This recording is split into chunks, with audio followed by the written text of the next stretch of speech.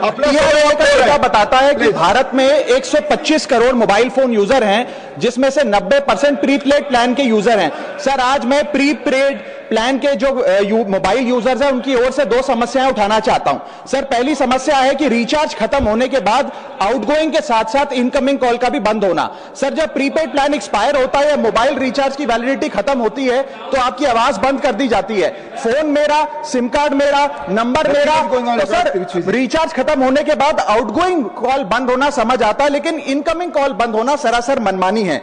Sir, हमारा mobile number आज हमारी डिजिटल पहचान बन चुका है।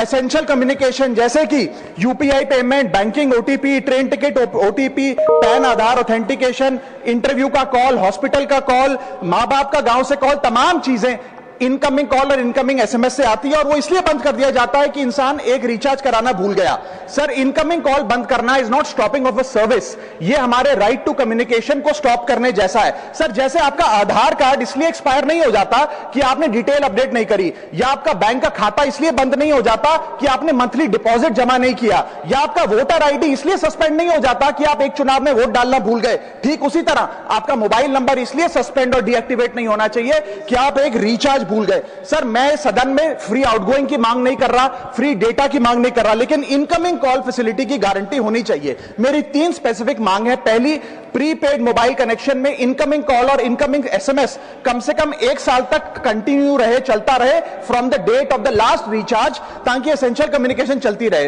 दूसरी, deactivation of the mobile number after 3 years. ऐसा ना हो कि आपका मोबाइल नंबर किसी को आपका मोबाइल नंबर बंद करके किसी और को अलॉट कर दिया जाए। कम से कम 3 साल का ग्रेस पीरियड देना चाहिए from the date of the last recharge. And third demand, mobile operator should introduce a low cost incoming only plan. वो लोग जो सिर्फ इनकमिंग के लिए फोन रखते हैं उनके लिए, जैसे कि 10 रुपए में 180 दिन की इनकमिंग कॉल की फैसिलिटी, इस प्रकार की स्कीम्स मोबाइल ऑपरेटर को लानी चाहिए। दूसरी समस्या जो प्रीपेड कस्टमर्स फेस करते हैं वो है टेलीकॉम ऑपरेटर का 28 दिन का मंथली रिचार्ज। साल में सर महीने 12 होते हैं, लेकिन 28 दिन की रिचार्ज के माध्यम से 13 टाइम्स रिचार्ज कराना पड़ता है। कैसे सर? 28 दिन into 13 times is equal to 364 days. ये एक बड़ी क्लेवर स्ट्रैटेजी है जिसके चलते आपको फीलिंग 30 दिन की देते हैं, लेकिन आपसे डीलिंग 28 दिन की करते हैं। सर, दुनिया में हर जगह बिलिंग साइकिल कैलेंडर मंथ के हिसाब से होती है,